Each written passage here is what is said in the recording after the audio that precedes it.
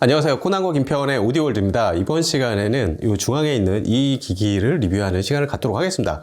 이 기기 처음에 딱 보면 앰프 같기도 하고 뭔가 소스 기기 같기도 하고 그런 모습인데 지난번에 한번 리뷰를 했었죠. PH10을 리뷰했었는데 이번엔 PH5입니다. 이 제품은 LP를 듣는데 필요한 포노 앰프예요. 이탈리아에서 설립된 골드노트라는 브랜드의 신제품인데요. 이번 시간에는 PH5는 국내 처음 들어온 걸로 알고 있어요, 공식적으로. 그렇죠. 이 제품에 대해서 리뷰하는 시간을 갖도록 하겠습니다. 포노 앰프 하면은 사실 입문할 때는 상당히 좀 예산을 가장 아껴가지고 구입하는 그런 제품 중에 하나예요. 근데 이 LP를 아날로그 시스템을 오래 운영하다 보면 저 같은 경우는 의외로 포노 앰프가 정말 캐스팅 보트가 되는 그런 경우가 많습니다. 그렇죠. 김편님은 어떠신가요? 그러니까 저도 이제 포노 앰프에서 어떻게 보면은 음질이 갈린다고 또 생각을 하는데요.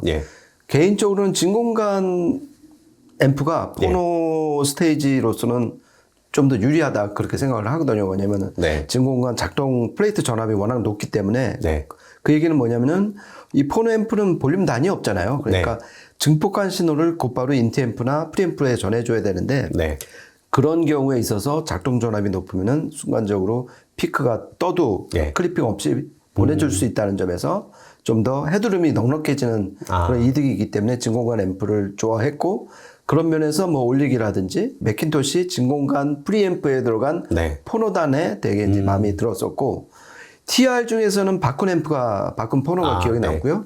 두 번째로 기억에 남는 거는 이 이탈리아에서 건너온 골드노트. 그리고 좋아할 만한 요소가 몇 가지가 있는데 그거는 천천히 말씀드리겠습니다.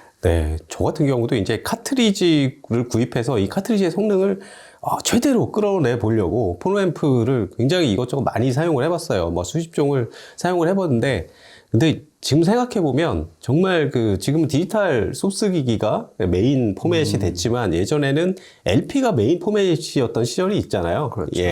그 당시에 나왔던 프리앰프, 이것도 포노 프리앰프잖아요, 사실. 그렇죠. 근데 예전에 정말 메인 프리앰프들 보면은 포노 단위 내장이 기본적으로 돼 있고, 그러니까 내부 설계를 보면은 포노 앰프가 거의 절반 정도에 해당되는 전체 서킷보드의 절반이 포노 앰프인 이런 경우가 많았습니다. 그래서 프리앰프를 평가하는 잣대 중에 하나가 포노단이 얼마나 좋은가. 그렇죠. 그랬던 시절이 있어요. 아까 김편님이 말씀도 하셨지만 맥킨토시 프리는 뭐 예전부터 상당히 유명했었고, 그 외에 뭐 스펙트랄이라든가 크렐이라든가 여러 브랜드의 프리앰프의 어떤 평가 기준, 성능의 기준이 포노단이었던 그런 시절도 있습니다. 그만큼 포노단의 중요성은 상당히 크다. 그렇죠. 그렇게 말씀드릴 수 있을 것 같습니다.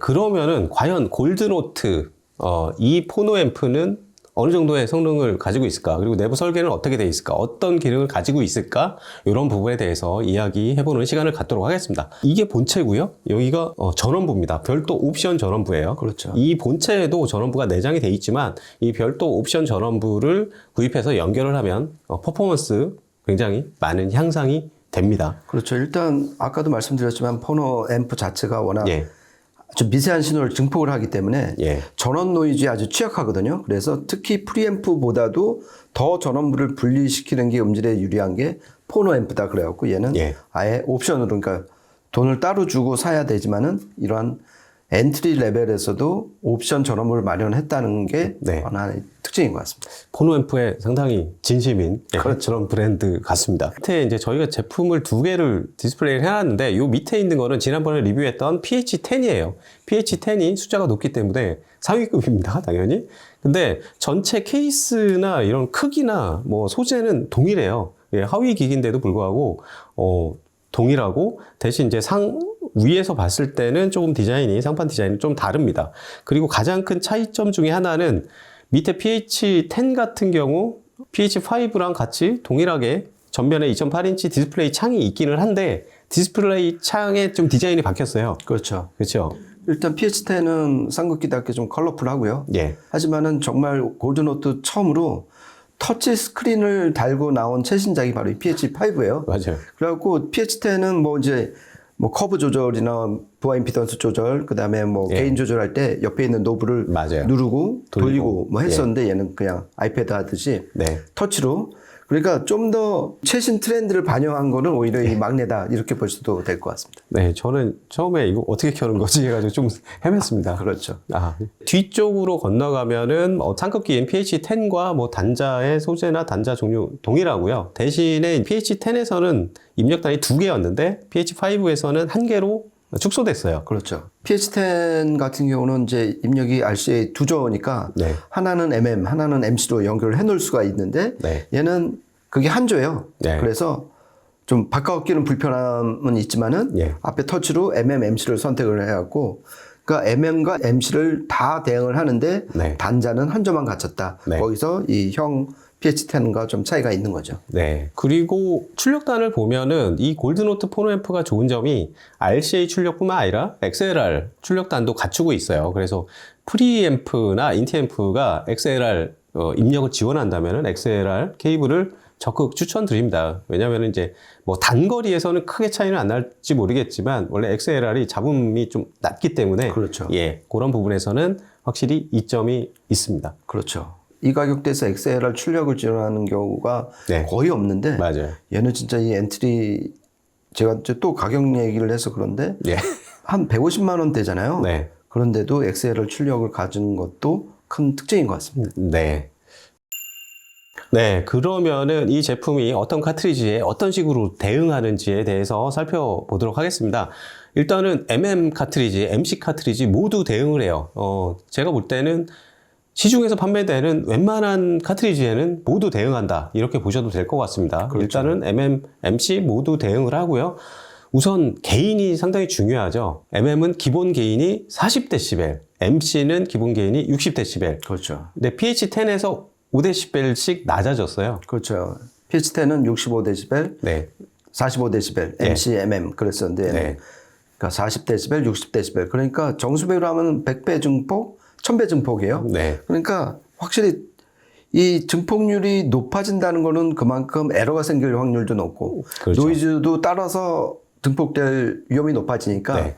이 동생 모델 입장에서는 그런 위험 부담을 좀 줄이기 위해서 네. 게인을 5dB씩 낮춘 것 같아요. 네. 그리고 이제 또 얘가 참 이 준비된 포너 앰프인 게 그렇게 디폴트가 있지만은 MC 카트리지나 이제 뭐 뒷단의 프리앰프 게인에 따라서 그렇죠. 게인을 좀 미세 조정을 할 수가 있잖아요. 네. 그래갖고 PH5 오늘 이 주인공 같은 경우는 마이너스 6dB, 네. 0dB, 3dB, 6dB 그렇게 해서 만약에 MM을 선택을 하고서 플러스 6dB를 하면은 46dB까지 네. 그 게인 증폭을 확보를 할 수가 있는 거죠. 그렇죠. MC는 이제 66dB까지. 그렇죠. 예. 웬만한 뭐 MM, MC 카트리지는 모두 대응한다고 보면 될 것 같습니다. 네. 예. 거기에다가 이제 로딩 임피던스가 있습니다. 기본적으로 MM 카트리지 같은 경우는 47kΩ이 원래 고정이죠. 예, 근데 MC 카트리지 같은 경우는 카트리지 제조사마다 각 모델마다 로딩 임피던스가 또 굉장히 달라요. 그렇죠. 예, 아주 뭐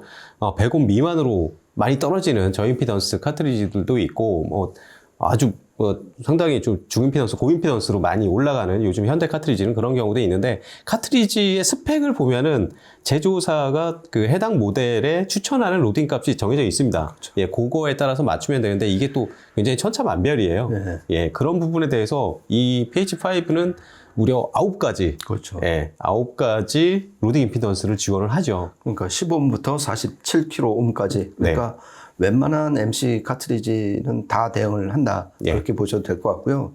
그리고 저는 이 PH5가 나왔을 때 동생 모델이니까 예. PH10은 9가지 옵션이었잖아요. 그러니까 네. 한 5가지 정도만 지원하겠지 했는데 네. 똑같이 네. 부하 임피던스를 선택을 할 수 있다. 그러니까 처음에 코나님이 말씀하신 것처럼 포노 스테이지의 진심인 제작사인 것 같아요. 네. 동생 모델한테도 9가지 옵션을 준 거죠. 그러니까 내부 뭐 서킷보드나 이런 것들은 조금 축소한 부분이 있지만 기능적인 부분은 거의 다 가지고 왔어요. 예. 이제 골드노트 포노앰프를 전 세계적으로 유명하게 만든 이유 중에 하나는 사실 이게 아닐까 생각하는데요. 이 리아 커브 EQ 외에 지금은 이게 리아 커브로 모든 이퀄라이제이션이 이제 고정돼 있는데 전 세계적으로 표준화됐죠. 근데 그게 표준화되기 이전에 다른 커브들이 있습니다. 그 뭐 자세한 부분들은 지난번에 이제 PH10 리뷰하면서 이제 얘기를 했는데, 기본적으로 리아 커브 외에 데카 런던 커브, 그 다음에 미국 쪽에 이제 컬럼비아 CBS 이쪽 커브, 예, 이렇게 세 가지 커브를 지원을 하죠. 그렇죠. 예. 그러니까 그 당시 그때 나왔던 LP를 갖고 있는 분한테는 예. 정말 최적화 상태에서 그 앨범을 즐길 수 있는 그 가능성이 열리는 거죠. 그래갖고 데카 런던 같은 경우는 이제 그 고역 로레프 감쇄량이라고 했잖아요. 그 감쇄량이 리아는 마이너스 13.7데시벨인데 얘는 좀 약해요. 마이너스 11데시벨. 예. 그리고 이제 콜롬비아 아메리카 같은 경우는 좀 더 감쇄를 시켰고 마이너스 16데시벨. 그러니까 특히 고음 쪽에서 이 세 개 커브의 이 음특성이 완전히 달라지니까 그 이제 언제 어느 레이블에서 발매가 됐는 그 LP인지 확인하시고 얘를 선택을 하시면은 정말 어떻게 해서 얻은 그 값비싼 귀한 LP인데 제대로 들어야 되잖아요. 그런 옵션을 줬다 이렇게 보시면 될 것 같습니다.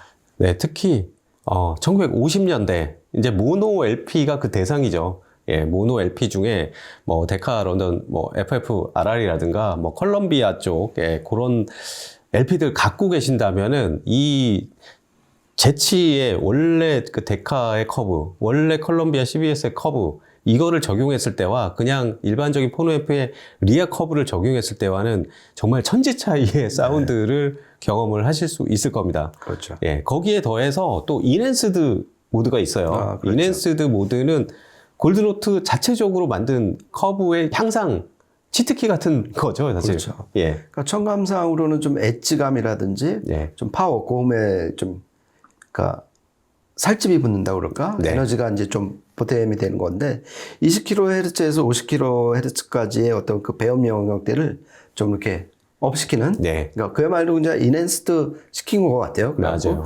청감상으로는 이제 이 고역이나 어떤 악기의 음색 같은 게 좀 더 두드러지게 그러니까 좀 볼륨을 약간 높인 느낌도 들어요. 맞아요. 그 개인이 좀 도해지는 느낌. 그러니까 이것도 적절할 때 쓰시면 좋을 것 같습니다. 네, 그러면은 이 제품의 이 포노 앰프의 퍼포먼스가 과연 어느 정도 되는지 알아보는 시간을 갖도록 할게요. 일단은 이 제품 이제 청음하고 녹음한 시스템 소개하고 넘어가도록 하겠습니다. 턴테이블은 독일의 하이엔드 턴테이블 어쿠스틱 시그니처의 맥시무스 네오 턴테이블 준비를 했고요. 카트리지는 MCX1 0.55mV의 저출력 MC 카트리지입니다. 토남도 어쿠스틱 시그니처에서 만든 9인치 토남 사용을 했고요. 그 다음에 포노앰프는 당연히 이 PH5를 사용을 했고, 프리앰프는 클라스의 CP800 마크2, 그 다음에 파워앰프는 패스랩스의 XA60.5 모노블럭 클래스 A 증폭하는 파워앰프입니다. 그 다음에 스피커는 라포트 테크놀로지스의 아트리아 이렇게 사용을 했습니다. 세 곡을 언제나처럼 녹음을 했는데요. 한번 이어서 쭉 들어보시죠.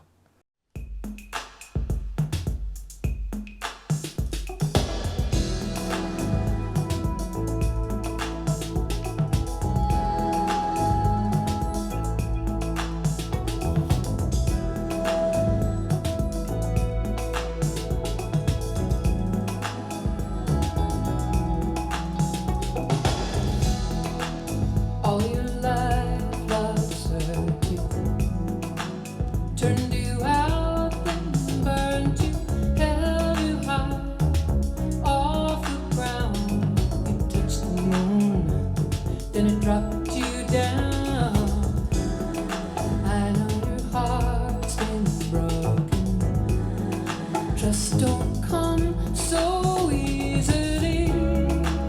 It takes time, that's alright. Just let me heal your heart tonight. I will rock you gently. I will be there when the night comes down. I will rock you so gently. Ooh, I'm gonna rock you gently. I will be there when the morning comes. We'll rock you.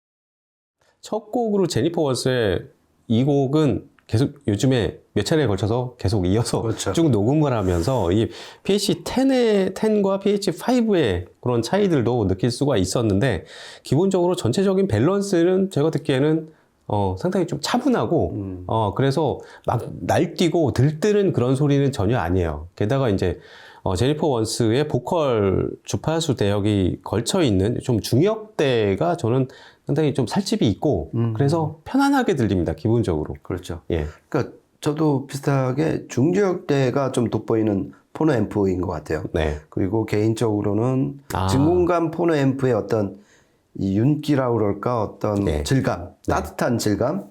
그래서 막 해상력 위주로 정말 돋보기를 갖다 대는 포노 앰프는 아닌 것 같아요. 아, 예. 그러니까 상당히 중저역대를 도톰하게 도드라지게 하고 그 에너지와 좀 견고한 사운드 스테이지를 보여주는 네. 그런 쪽의 포노 앰프인 것 같습니다. 네, 저도 좀 처음 인상이 딱 들어보면 막 현대적이고 세련된 요즘 막 최신 그 하이테크 녹음 이런 거보다 과거에 그러니까 제가 좋아하는 50년대에서 70년대에 걸친 그러니까 그때 순수 아날로그 녹음을 하던 그 시절의 음반들을 들었을 때 가장 좀 이 포노 앰프가 지향하는 그런 소리의 지향점과 굉장히 잘 맞았던 것 같아요. 그래서 뭐 두 번째 이런 블루노트 재즈 항상 뭐 블루노트 버브 뭐 예전에 뭐 여러 가지 뭐 임펄스라든가 프레스티지 그 당시에 그 재즈 벨 에포크 정말 황금기의 네. 그 시절 음악들을 이 골드노트로 들으면 상당히 좀 좋았어요. 아, 예.